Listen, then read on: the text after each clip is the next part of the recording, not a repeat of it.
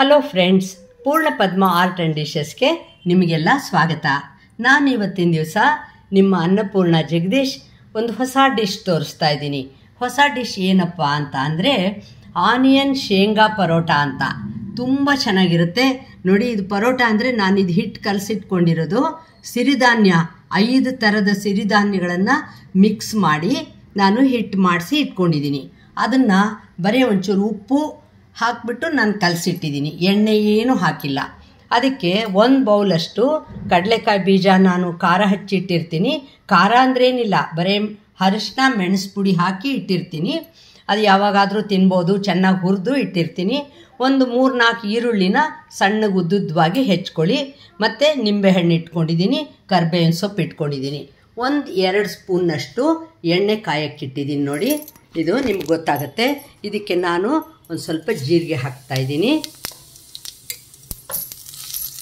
ಜೀರಿಗೆ ಪಟ್ಪಟ ಅಂತ ಇರುತ್ತೆ ಅಲ್ವಾ, ಆವಾಗಲೇ ನಾನು ಒಂದು ಸ್ವಲ್ಪ ಹಸಿಮೆಣಸಿನ್ಕಾಯಿ, ನೀವು ಒಂಚೂರು ಖಾರದ ಪುಡಿನೂ ಹಾಕ್ತೀನಿ, ಹಸಿಮೆಣಸಿನ್ಕಾಯಿ ಹಾಕಿದ್ದೀನಿ. ಈಗ ಈರುಳ್ಳಿ ಹೆಚ್ಚಿಟ್ಕೊಂಡಿದ್ದೀನಲ್ವ, ಇದೆಲ್ಲ ಒಂಚೂರು ಹಸಿ ವಾಸನೆ ಹೋಗೋಷ್ಟು ಹಾಕಿ ಹುರಿತೀನಿ ಇದನ್ನು. ಈರುಳ್ಳಿ ಅಂತೂ ಯಾವಾಗಲೂ ಇರುತ್ತಲ್ವ, ತರಕಾರಿ ಇಲ್ಲ ಅನ್ನೋ ಯೋಚನೆ ಬೇಡ ನಿಮಗೆ. ಇದನ್ನು ಆರಾಮಾಗಿ ನೀವು ರೆಡಿ ಮಾಡ್ಬೋದು. ಸಿರಿಧಾನ್ಯದ ಹಿಟ್ಟು ನಾನು ಹೆಲ್ತ್ ಇದಕ್ಕೋಸ್ಕರ ಕಲಸಿಟ್ಕೊಂಡಿದ್ದೀನಿ. ನೀವು ಅದು ಬೇಕಾದರೆ ಗೋಧಿ ಹಿಟ್ಟು ಕಲಸಿಟ್ಕೊಳ್ಬೋದು, ನಿಮ್ಮ ಇಷ್ಟ, ಅದು ಯಾವ ಥರ ಬೇಕಾದ್ರೂ. ಈ ಸಿರಿಧಾನ್ಯದಲ್ಲಿ ನಾನು ಇದಕ್ಕೆ ಜೋಳ ಕೂಡ ಮಿಕ್ಸ್ ಮಾಡಿಟ್ಟಿದ್ದೀನಿ. ಜೋಳದ ಹಿಟ್ಟು ಕೂಡ ಮಿಕ್ಸ್ ಆಗಿದೆ ಇದಕ್ಕೆ ನೋಡಿ. ಈ ಥರ ಒಂದು 5 ನಿಮಿಷ ಸ್ವಲ್ಪ ಹಸಿ ವಾಸನೆ ಎಲ್ಲ ಹೋಗೋಷ್ಟು ಹುರ್ಕೊಳ್ಳಿ ನೋಡಿ. ಈ ಥರ ಇದು ಆಗ್ತಾಯಿದೆಯಲ್ಲ, ಆವಾಗ ನಾನು ಸ್ವಲ್ಪ ಉಪ್ಪು ಹಾಕ್ತಾಯಿದ್ದೀನಿ. ಅದಕ್ಕೆ ಉಪ್ಪಾದಮೇಲೆ ಅದಕ್ಕೆ 1 ಸ್ಪೂನ್ನಷ್ಟು ಖಾರದ ಪುಡಿ ಹಾಕ್ತಾಯಿದ್ದೀನಿ. ಮತ್ತು ಒಂಚೂರು ಅರಿಶಿನ ಹಾಕ್ತೀನಿ. ಮತ್ತು ಇದ್ರ ಪುಡಿ ಕೂಡ ನಾನು ಧನಿಯಾ ಪುಡಿ ಅದು ಕೂಡ ಒಂಚೂರು ಮಿಕ್ಸ್ ಮಾಡಿ ಇಟ್ಕೊಂಡಿರ್ತೀನಿ. ಅಜ್ವಾನು ಧನಿಯಾ ಪುಡಿ ಅದನ್ನು ಹಾಕಿದ್ದೀನಿ. ಇದೆಲ್ಲ ಹಾಕಿಬಿಟ್ಟು ಚೆನ್ನಾಗಿ ಹೀಗೆ ಮಿಕ್ಸ್ ಮಾಡ್ಕೊಳ್ಳಿ. ಕಡಲೆಕಾಯಿ ಬೀಜನ ನಾನು ಲಾಸ್ಟ್ ಹಾಕ್ತೀನಿ. ಚೆನ್ನಾಗಿ ಹೀಗೆ ಮಿಕ್ಸ್ ಮಾಡ್ಕೊಳ್ಳಿ ನೋಡಿ. ಇದಿವಾಗ ಹಸಿ ವಾಸನೆ ಎಲ್ಲ ಹೋಗ್ತಾ ಇದೆಯಲ್ವ ಈರುಳ್ಳಿದು. ಈರುಳ್ಳಿ ಇಷ್ಟಪಡೋರ್ಗಂತೂ ಇದು ತುಂಬ ಅಂದರೆ ತುಂಬ ಚೆನ್ನಾಗಿರುತ್ತೆ. ಇದಕ್ಕೆ ನಾನು ಒಂದು ಸ್ವಲ್ಪ ಗರಂ ಮಸಾಲ ಪುಡಿ ಕೂಡ ಹಾಕ್ತಾಯಿದ್ದೀನಿ. ಇದನ್ನು ನಾನು ಮನೆಯಲ್ಲೇ ರೆಡಿ ಮಾಡಿ ಇಟ್ಕೊಳ್ತೀನಿ. ಅದರಿಂದ ಯಾವಿದು ಇಲ್ಲ, ಒಂಥರ ಇದ್ರ ಥರ ಫ್ಲೇವರ್ ಬರೋದು ಅದೆಲ್ಲ ಏನಿಲ್ಲ. ಯಾವುದು ಚೆನ್ನಾಗಿರುತ್ತಲ್ವ ಅದು ತುಂಬ ಖಾರ ಇಲ್ಲದೆ ಇರೋ ಥರ ನಾನು ರೆಡಿ ಮಾಡಿ ಇಟ್ಕೊಂಡಿರ್ತೀನಿ. ಇವಾಗ ಲಾಸ್ಟಲ್ಲಿ ಈ ಕಡಲೆಕಾಯಿ ಬೀಜ ಹಾಕ್ಕೊಂಡಿದ್ದೀನಿ ನೋಡಿ. ಇದು ಅಷ್ಟೇ, ನಮ್ಮ ಮನೆಯಲ್ಲೇ ನೀವು ಒಂದು ಸ್ವಲ್ಪ ಒಂದು ಅರ್ಧ ಸ್ಪೂನ್ನಷ್ಟು ಎಣ್ಣೆ ಇಟ್ಟು ಒಂಚೂರು ಜೀರಿಗೆ ಪುಡಿ ಅಥವಾ ಮೆಣಸು ಪುಡಿ ಮತ್ತು ಅರಿಶಿನ ಹಾಕಿ ಒಂದು ಚಿಟಿಕೆ ಉಪ್ಪು ಹಾಕಿ ರೆಡಿ ಮಾಡಿ ಇಟ್ಕೊಂಡ್ರೆ ಈ ಮಳೆ ಬರ್ತಿರೋವಾಗ ತಿನ್ನೋಕ್ಕೆ ತುಂಬಾ ಚೆನ್ನಾಗಿರುತ್ತೆ ಇದು ನೋಡಿ. ಎಲ್ಲ ಇಷ್ಟ ಆದಮೇಲೆ ಇದಕ್ಕೆ ನಾನು ಕರಿಬೇವಿನ ಸೊಪ್ಪು ಸಣ್ಣ ಇಟ್ಕೊಂಡಿದ್ದೆ, ಅದನ್ನು ಹಾಕಿಬಿಟ್ಟಿದ್ದೀನಿ. ಮತ್ತು ಇದನ್ನು ಎಲ್ಲ ಮಿಕ್ಸ್ ಆಗಿ ಇಳಿಸಿಟ್ಕೊಂಡು ನಾನು ನಿಂಬೆ ರಸ ಹಿಂಡಿ ಇಡ್ತೀನಿ. ಇದನ್ನು ನೋಡಿ, ನಿಂಬೆ ಹಣ್ಣು ಹೆಚ್ಚಿಟ್ಕೊಂಡಿದ್ದೀನಲ್ವ, ಅದನ್ನು ಇದಕ್ಕೆ ರಸ ಹಾಕಿಬಿಟ್ಟು ಚೆನ್ನಾಗಿ ಮಿಕ್ಸ್ ಮಾಡಿ ರೆಡಿ ಇಟ್ಕೊಳ್ತೀನಿ. ಮುಂದೆ ಏನು ಮಾಡ್ತೀನಿ ಅಂತ ನಿಮಗೆ ತೋರಿಸ್ತೀನಿ. ಪಲ್ಯ ರೆಡಿಯಾಗಿದೆ. ಆನಿಯನ್ ಮತ್ತು ನಾನು ಶೇಂಗಾ ಬೀಜ ಹಾಕಿಬಿಟ್ಟು ಈರುಳ್ಳಿ ಶೇಂಗಾ ಬೀಜದ ಪಲ್ಯನ ರೆಡಿ ಮಾಡಿ ಇಟ್ಕೊಂಡಿದ್ದೀನಿ. ನಿಮಗೆ ಮೊದಲೇ ಹೇಳಿದೆ ಅಲ್ವಾ, ಸಿರಿಧಾನ್ಯದ ಹಿಟ್ಟನ್ನು ಈ ಥರ ಕಲಸಿಟ್ಕೊಂಡಿದ್ದೀನಿ. ಹೀಗೆ ಒಂದು ಉಂಡೆ ಥರ ಸ್ವಲ್ಪ ದಪ್ಪದ್ದೇ ತೊಗೊಂಡಿದ್ದೀನಿ. ಇದನ್ನು ನಿಧಾನವಾಗಿ ಚಪಾತಿಗೆ ಲಟ್ಟಿಸ್ತೀರಲ್ವ, ಆ ಥರ ನಾನು ಲಟ್ಟಿಸ್ಕೊಳ್ತೀನಿ ನೋಡಿ. ಈ ಥರ ಎಷ್ಟು ಸಾಧ್ಯ ಅಷ್ಟು ತೆಳ್ಳಗೆ ನಾನು, ಯಾಕೆಂದರೆ ಒಂದು ಇದು ಮಾಡಿದಾಗ ಅದರಲ್ಲಿ 2 ಮಾಡ್ಕೊಳ್ತೀನಿ. ಅದಕ್ಕೆ ನಾನು ಸ್ವಲ್ಪ ದೊಡ್ಡದಾಗೇ ಒತ್ತುತ್ತಾ ಇದ್ದೀನಿ ಇದನ್ನು. ಇದು ಸಿರಿಧಾನ್ಯದ ಹಿಟ್ಟು ಅಂತ ಹೇಳಿ ನೀವೇನು ಇದು ಮಾಡ್ಕೋಬೇಡಿ, ಇದು ಆರಾಮಾಗಿ ಹೇಳುತ್ತೆ ಚಪಾತಿ, ಏನೂ ಇದೇ ಇಲ್ಲ, ಆ ಥರ ಕಷ್ಟನೇ ಇಲ್ಲ, ಒತ್ಕೊಳ್ಬೋದು. ಸ್ವಲ್ಪ ಪೇಷನ್ಸಿಂದ ಮಾಡ್ಕೋಬೇಕಷ್ಟೇ. ಎಷ್ಟು ಸಾಧ್ಯ ಅಷ್ಟು ತೆಳ್ಳಗೆ ಒತ್ಕೊಂಡು ಹೋಗ್ತೀನಿ ಇದನ್ನು.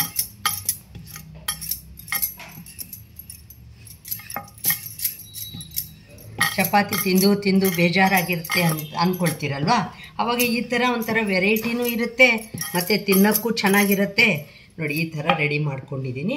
ಇದಕ್ಕೊಂದು ಸ್ಪೂನ್ನಷ್ಟು ಎಣ್ಣೆ ಸವರ್ಕೊಳ್ತೀನಿ. ನೋಡಿ 1 ಸ್ಪೂನಷ್ಟು ಕ್ಲೀನಾಗಿ ಹೀಗೆ ಎಣ್ಣೆ ಸವರಿ ಬಿಡ್ತೀನಿ. ಮತ್ತು ಈ ಪಲ್ಯ ರೆಡಿ ಮಾಡಿ ಇಟ್ಕೊಂಡಿದ್ನಲ್ವ, ನೋಡಿದ್ರಿ ಅಲ್ವಾ ನೀವು, ನೋಡಿ ಇದನ್ನು ಇದಕ್ಕೆ ಹೀಗೆ ಹಾಕ್ಕೊಳ್ತೀನಿ. ಮತ್ತು ಎಲ್ಲ ಕಡೆನೂ ಅದು ಹರಡ್ಕೊಳ್ತೀನಿ ಈ ಥರ.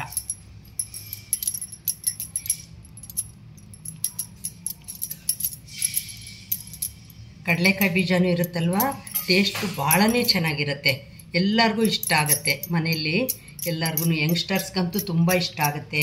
ನೀವು ಡಬ್ಬಿಗಳಿಗೆ ಕೂಡ ಇದನ್ನು ಮಾಡ್ಬೋದು, ಎಲ್ಲಾದರೂ ಹೋದಾಗ ಕೂಡ ಇದನ್ನು ವೆರೈಟಿಯಾಗಿ ನೀವು ಮಾಡ್ಕೊಂಡು ಹೋಗ್ಬೋದು.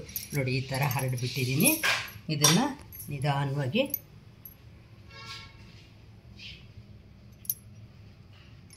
ಹೀಗೆ ಸುತ್ತಕೊಳ್ಳಿ. ಹೀಗೆ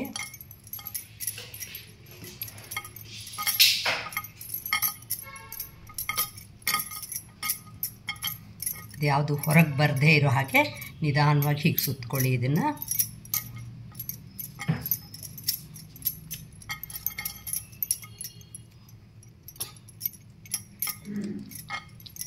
ಹೀಗೆ ರೆಡಿ ಆಯ್ತಲ್ವಾ, ಹೀಗೆ ಪ್ರೆಸ್ ಮಾಡಿ ಇಟ್ಕೊಳ್ಳಿ. ಇದನ್ನು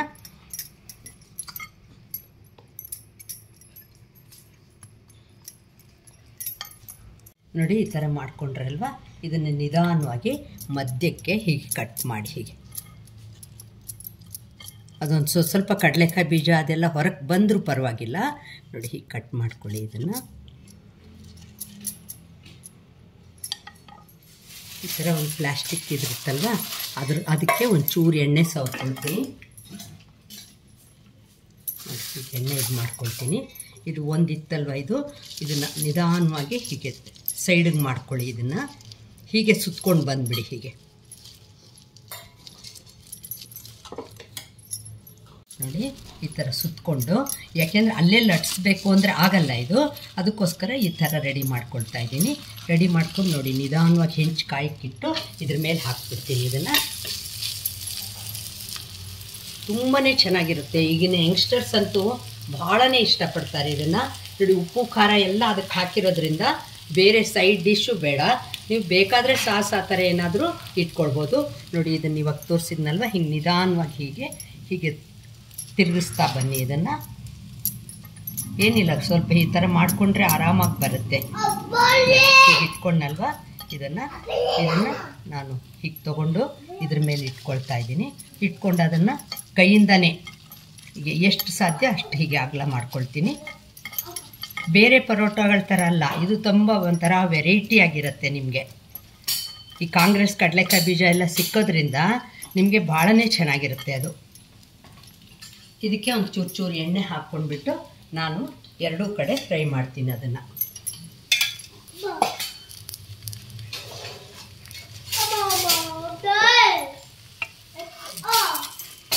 ನೋಡಿ ಏನು ಕಷ್ಟ ಇಲ್ಲ, ಆ ಥರ ಎಷ್ಟು ಕ್ಲೀನಾಗಿ ಎದ್ದೇಳುತ್ತೆ ಇದು.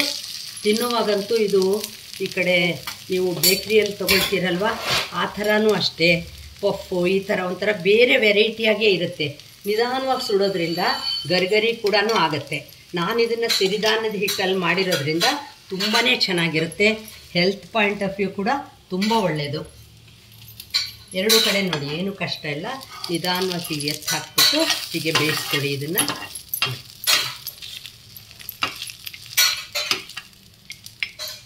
ಈ ಥರ ಕಾಂಗ್ರೆಸ್ ಕಡಲೆಕಾಯಿ ಬೀಜ ಆ ಕಡೆ ಈ ಕಡೆ ಬಿದ್ದಿದ್ರೂ ಅದು ಚೆನ್ನಾಗೇ ಇರುತ್ತೆ, ತಿನ್ನೋವಾಗ ಅದೊಂಥರ ಖುಷಿ ಕೊಡುತ್ತೆ. ಸ್ವಲ್ಪ ಬೇಯೋವಾಗ ಒಂಚೂರು ಎಣ್ಣೆ ಹಾಕ್ಕೊಳ್ಳಿ.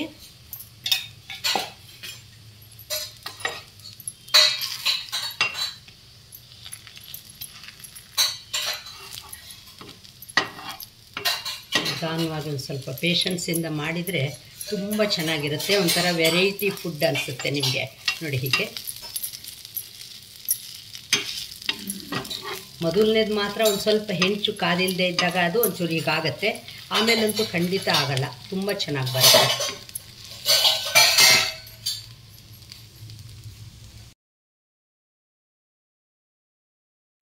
ನೋಡಿ ಇದು ಈ ಥರ ಹಾಕ್ಕೊಂಡು ನಿಧಾನವಾಗಿ ಹಾಕ್ಬಿಡಿ.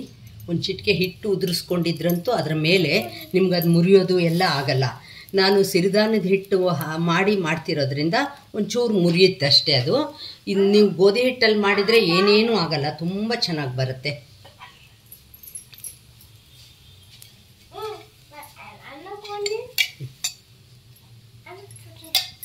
ಏನೇನು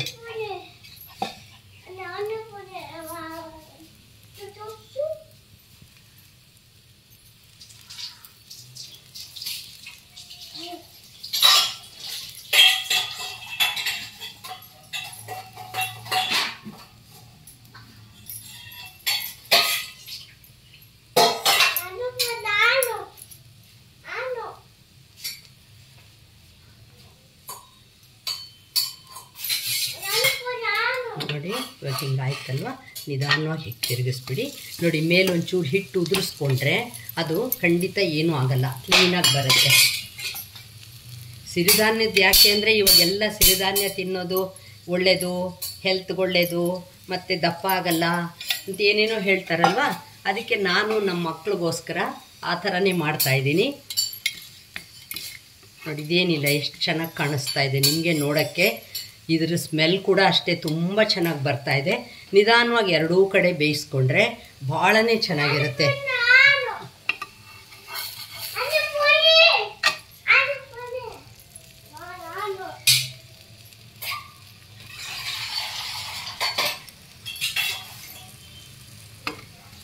ನೋಡಿ, ಇವಾಗ ಏನೆಲ್ಲ ಪಿಜ್ಜಾ, ಬರ್ಗರ್ ಏನೇನೋ ಇಷ್ಟಪಟ್ಟು ತಿಂತಾರಲ್ವ ಮಕ್ಳುಗಳು, ಈ ಥರ ವೆರೈಟಿಯಾಗಿ ಮಾಡಿ. ಈರುಳ್ಳಿ ಏನು ಎಲ್ಲರಿಗೂ ಸೇರುತ್ತೆ, ಸೇರದೇ ಇರೋರೇನಿಲ್ಲ, ಕಡಿಮೆನೇ. ಅದಕ್ಕೆ ನೀವು ಈ ಥರ ಮಾಡಿ ಎರಡೂ ಕಡೆ ಚೆನ್ನಾಗಿ ಬೇಯಿಸಿ ಇಟ್ಕೊಂಡ್ರೆ ತಿನ್ನೋವಾಗ ಇದು ತುಂಬ ಖುಷಿ ಕೊಡುತ್ತೆ. ಖಂಡಿತ ಮಾಡಿ ನೋಡ್ತೀರಾ ಅಂತ ನಾನು ಅಂದ್ಕೊಂಡಿದ್ದೀನಿ. ನೋಡಿ, ಎಷ್ಟು ಚೆನ್ನಾಗಿ ಕಲರ್ಫುಲ್ಲಾಗಿ ಆಗ್ತಾಯಿದೆ. ಇನ್ನೂ ತನಕ ನನ್ನ ಚಾನಲ್ಗೆ ಸಬ್ಸ್ಕ್ರೈಬ್ ಮಾಡ್ಕೊಳ್ಳದೆ ಹೋದರೆ ಸಬ್ಸ್ಕ್ರೈಬ್ ಮಾಡ್ಕೊಳ್ಳಿ. ಲೈಕ್, ಶೇರ್, ಕಾಮೆಂಟ್ ಮಾಡೋದನ್ನು ಮರಿಬೇಡಿ. ಸೇಮ್ ವಿಡಿಯೋನ ನೀವು ಇನ್ಸ್ಟಾಗ್ರಾಮ್ ಮತ್ತು ಫೇಸ್ಬುಕ್ಕಲ್ಲಿ ಕೂಡ ನನ್ನನ್ನು ಫಾಲೋ ಮಾಡಿ, ಕಾಮೆಂಟ್ ಮಾಡಿ. ನಮಸ್ಕಾರ.